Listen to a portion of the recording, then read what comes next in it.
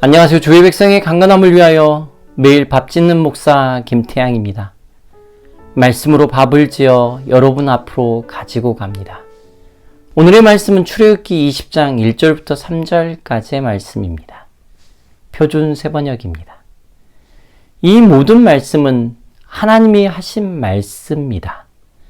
나는 너희를 이집트 땅 종살이 하던 집에서 이끌어낸 주 너희의 하나님이다. 너희는 내 앞에서 다른 신들을 섬기지 못한다. 오늘은 십계명입니다. 하나님이 인생에게 주신 10개의 계명입니다.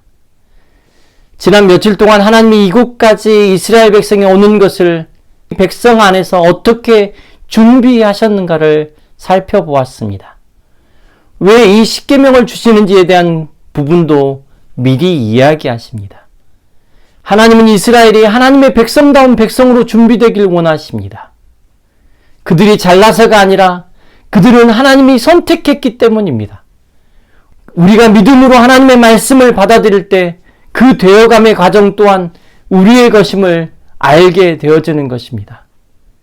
지금 거룩한 백성도 하나님의 제사장의 나라로도 완벽한 모습은 아니지만 하나님이 우리에게 선포하신 것을 아는 것입니다. 그리고 그렇게 만들어 가실 것을 알며 우리의 인생을 주님의 손에 맡기는 것입니다. 우리는 하나님의 법을 가진 하나님의 사람들입니다. 이 십계명을 보는 재미있는 신학적 논쟁이 있습니다. 그것을 3대7, 5대5, 4대6 구분법이라고 이야기합니다. 3대7, 무슨 의미인 줄 아시겠습니까? 3개의 계명이 하나님에 대한 계명, 그리고 나머지 7개의 계명이 사람에 대한 계명, 하나님 사랑과 이웃 사랑에 대한 계명을 3대7로 나누는 것입니다. 안식일의 계명과 부모님을 공경하라는 계명이 이웃 사랑의 계명이라는 것이죠. 어거스틴과 루터가 이 구분법을 따랐습니다. 그럼 5대5는 어떤 구분법입니까? 부모님을 공경하라는 계명까지가 하나님의 사랑의 계명이라는 것입니다. 요세푸스와 필로 그리고 몇몇의 초대 교부들이 지지했던 구분법입니다. 하나가 더 있는데 4대6 구분법입니다.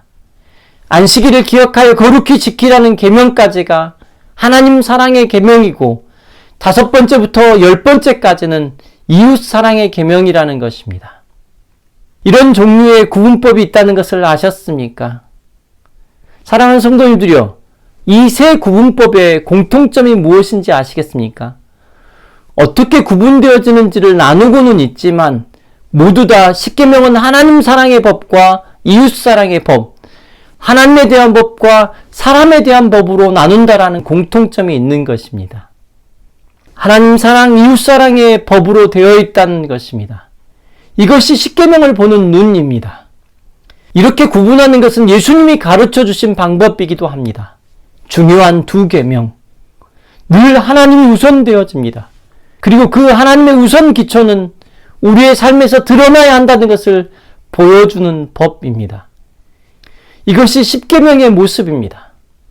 하나님은 절대적인 분이십니다. 그러나 그 절대적인 하나님은 폭력적인 모습으로 이 땅에 드러나지 않습니다. 십계명을 바르게 이해했다면 하나님을 믿는 믿음 때문에 저질렀다고 하는 많은 폭력적인 일들이 이 땅에 있지 않았을 것입니다. 하나님의 뜻을 순종하는 것을 자신의 양식으로 알고 계셨던 예수님은 하늘과 땅의 모든 권세를 가지신 분이십니다. 그러나 그의 절대 권위는 인생을 위하여 자신을 주시는 사랑의 모습으로 우리에게 주어졌습니다. 이것이 우리가 가지는 믿음입니다. 우리가 실행해야 할 믿음입니다. 하나님은 우리에게 계명을 주셨습니다. 하나님을 사랑하라, 이웃을 사랑하라는 계명입니다. 이 시간 다 함께 기도하겠습니다. 주님이 주신 길을 우리가 따르게 하옵소서. 하나님을 사랑한다고 이 땅에 폭력적이지 않게 하옵소서. 이웃을 사랑한다고 하면서 무절제한 포용이 아니게 하옵소서. 굳건한 믿음과 주님을 붙든 손이 우리의 삶이 되게 하옵소서. 예수님의 거룩하신 이름으로 기도드립니다. 아멘.